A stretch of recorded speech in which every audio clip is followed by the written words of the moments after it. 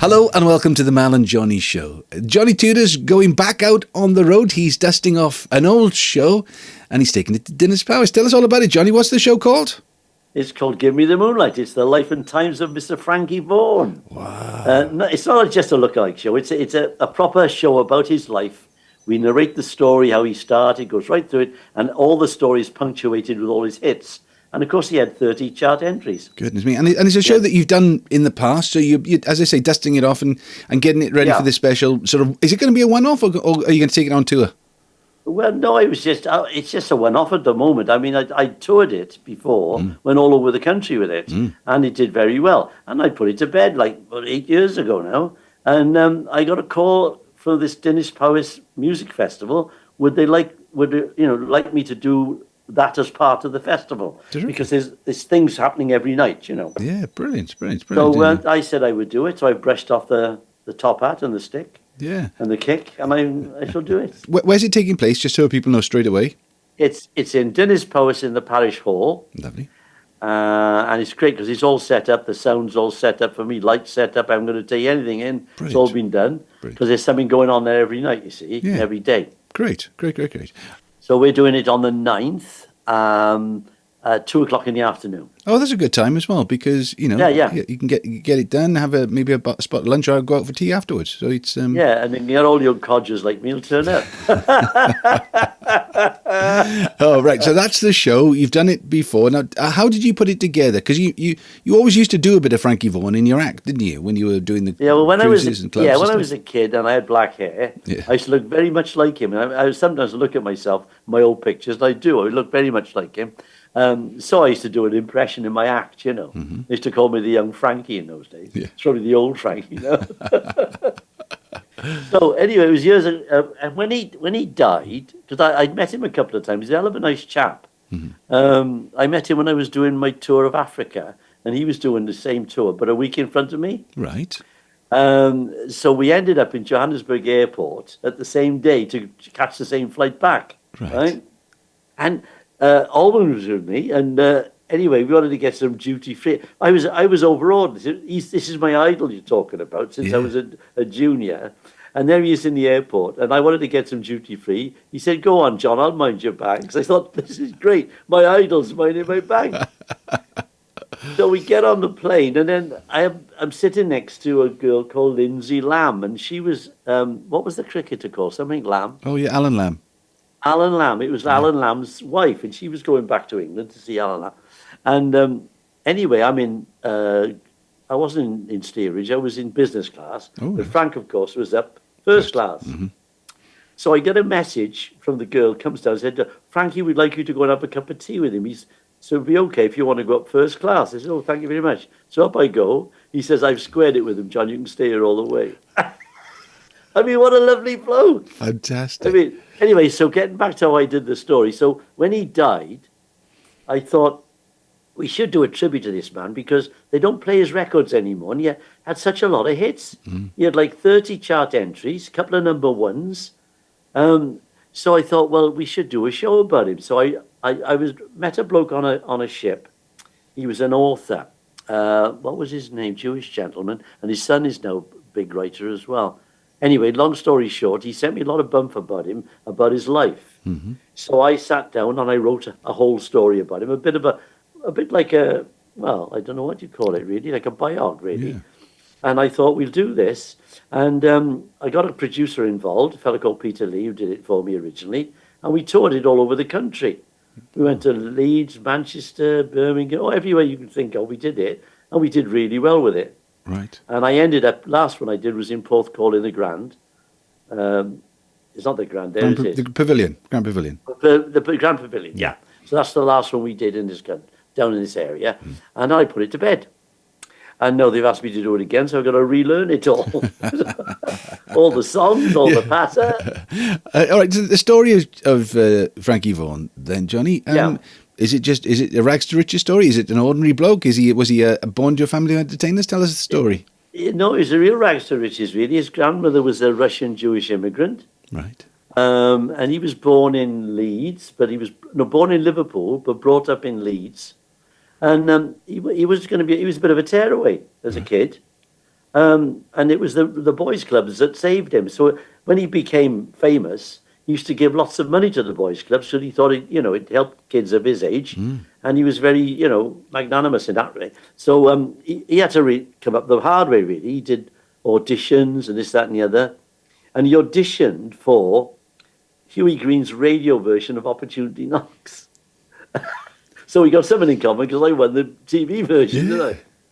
And then he did that, and then he did a show in Liverpool, and Leeds, that's right. And Barney Colahan, who was a BBC producer, saw him and thought he was very good, and he recommended him to the London management, as it was then. It was Delfont Agency, and they took him on, and he just started doing the rounds and learning his trade and blah blah blah.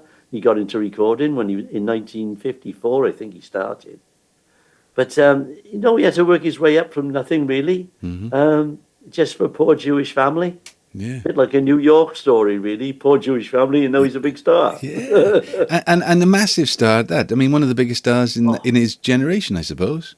Well, yeah, there was him, and Dickie Valentine was the other one at the same era. But he was massive. He was as big as Tom Jones.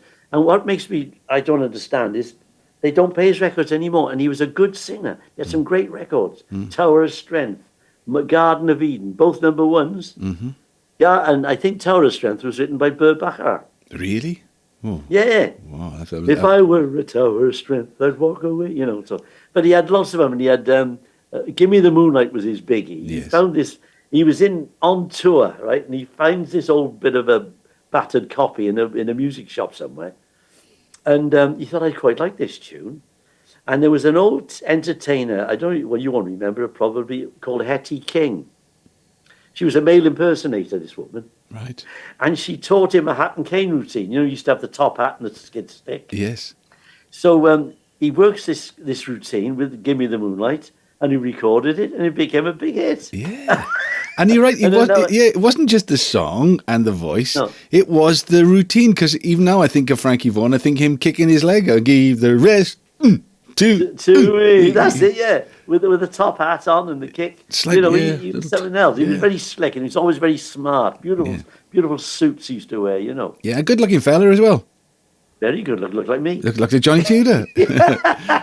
So what about the kick? Can you still do the kick? I can still do the kick. Yeah. And I can do something he couldn't do. I can tap dance. Ah, brilliant. But he used to move well. He used to move like he was a dancer. But when he went to America, before the Beatles cracked it in 63, he was out there in 1960. And he was doing Vegas, I think. And he got a film with Marilyn Monroe and Yves Montand called Let's Make Love. Right. Okay? And he had a 6-year or 7-year contract, Hollywood contract. But, well, I don't know if the truth really, but he said he was homesick and went home. But I think what it was, Marilyn Monroe made a play for him. Right. And his wife found out and went out there and got him back. Because let's face it, it'd be hard to resist Marilyn Monroe. Excuse me, Marilyn. I'm terribly sorry. Thank you very much. I'm sorry. Yeah, you're a lovely girl. But, yeah, please. So he broke his contract and went back home. Wow. I was talking to my mate Ted Rogers, He said, what happened, Ted? He said, well, what it was, he said, she made a play for Frankie. Frankie went home, so she made a play for Yves Montand. Montand became a big star, and Frankie was back on the Bailey circuit. But I suppose, you make your choices in life, and you do. If you really want to be a massive star, quite often you have to play the game and you have to do whatever it takes, don't you? You can't. Yeah, you can't have a personal life. You got to be ruthless, I think. Mm-hmm. Yeah, you got to be ruthless. Yeah. I don't know about you, but I couldn't be that ruthless. I mean, some people will do anything to get there, won't they? Yeah. Yeah. And like you say, you think your family's more important. You don't care how long you're away from home and all this, but I don't know. I think family life's more important because, Yeah, exactly. It lasts a bit longer than fame, doesn't it? It does, yeah. All right. Yeah. So what roles do the two ladies play in the show? What numerous roles? They're playing the parts of the Kay sisters. Right. Because they did the big record. You got to have money in the bank, Frank. Remember that one? Yeah. You got to have something in the bank, Frank. You got to have something to start. So they do that with me. Yeah. They also narrate the story, and then as we go through the story, is punctuated with, I'll give you an example. He met Stella at a dance, okay? And so I said, and he never forgot the first kiss. And I go into Kiss is Sweeter Than Wine because he had a big hit with that. So we make it like a story with songs, if you like. Yeah, brilliant. And will it be a band this time or will it be backing tracks, do you think? Oh, it's backing tracks this time because obviously it's a tight budget. Yeah. I did it with a band originally. We had an 8-piece band. Yeah, I think I've seen. Which is lovely. I think I've seen some but video. Expensive online. to tour, you know. Yeah. That's the thing, isn't it? Yeah, there's a lot of mouths to feed on a show like that. Oh, great. So, rehearsals, when do they start, or have they started already? Well, we started already because the girls came around and I got all the backing tracks here. We've been through it and we've edited little bits which we thought would make it a bit tighter. Right. And we'll have another couple of rehearsals before the event. And then we'll go in for a sound check, as we all do. Yeah. And then off we go. All right. Now, I know... You've got your gig coming up in October. Oh, yeah. Well, that's over there. That's miles away. Before we go, we'll come back. If you don't mind, I will come back. But I want to know, obviously, I know the lovely Olwen. Now, who's the other girl and how did you find her? Emma has worked with me since she was 16. Right. And now I think her birthday the other week, she was 40-something, but 44, I think. Right. But she still looks 16. She's lovely. Yeah. She played the principal girl in the pantomime, so I married her every week. And she started, with Stan. When I used to do the pantomimes with Stan found her, actually. Right. But she's been involved with music all her life, I think. And her mother was a dancer. And between them, they had a dancing school and a bit of a stage school for kids in Barry for a long time. Right. But I worked with her, and she's done Oliver. She played Nancy in Oliver, and she did Wizard of Oz. She played the girl in Wizard of Oz. No, she's been around for a while, and I can always rely on her. You know, when you get somebody, I rang her up. I said, "Do you want to do this, Em?" She said, "Yeah." She said, and she came down, and it was like she'd never been away. She just slotted in, had all the harmony straight away. You know what I mean? Mm-hmm. Some people you can rely on, can't you? Yeah. That's brilliant. Yeah. No. So I'm looking forward to. It's a busy week this week. It's quite an interesting week because, as you know, and because you voted and you've passed it on up to number 3 in the Heritage chart. Up to number 3. Wow. So I mean, is that as high as it's going to go? So I'm sort of thinking, well, it would be nice if it went a bit higher, because having a number 1 in any chart, I mean, having a number 3 is pretty good. So, planning all that and sort of working on that, but also, it's the 50th anniversary, isn't it? It's the 50th anniversary of signing, being on the John Peel Show and then signing to Rocket Records. So, big gig on the October the 3rd, and I've asked you to come down and do a little bit. You're going to have to teach me how to tap. I will. I'll come and do whatever you want. I'm going to get some friends and some special guests and do a big party show. That's the plan. And the tickets are going. They're going really well. I mean, I know they always say that, tickets going fast, get yours when they can't shift them. But no, it's been remarkable. We haven't really done that much advertising yet. And the theatre haven't really put it on their, they do a brochure, so that hasn't gone out yet. So, I think we're about 200 tickets sold already. So, well, that's good. Yeah, you've got to advertise, haven't you? I mean, the thing is, I'm going to talk to Roy Noble on Sunday. Of course, yes. I rang Roy. I said, I'm doing this Frankie show. He said, oh, come along. He said, we'll have a good chat about it. Brilliant. So that's a nice little plug. So we're taking over Radio Wales on Sunday then, because I'm on with Bronwyn in the morning from 9 till 11. Not you. And then I'll meet you and have a cup of tea. I'm not until 6:30. 6:30. So I'll be home, but I'll be sleeping. Be asleep. You'll be back in Swansea.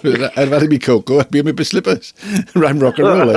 I'm talking about. Have you got any more BBC gigs coming up lately? Because I noticed you were on the other day. Yeah, I've got one on Saturday morning from here, actually, from the shed. There we are. From 5 till 7. Well, you can mention Frankie Vaughan if you like. Yes. Will you remind me? I will do that. We'll play a Frankie Vaughan song. That'd be a good idea.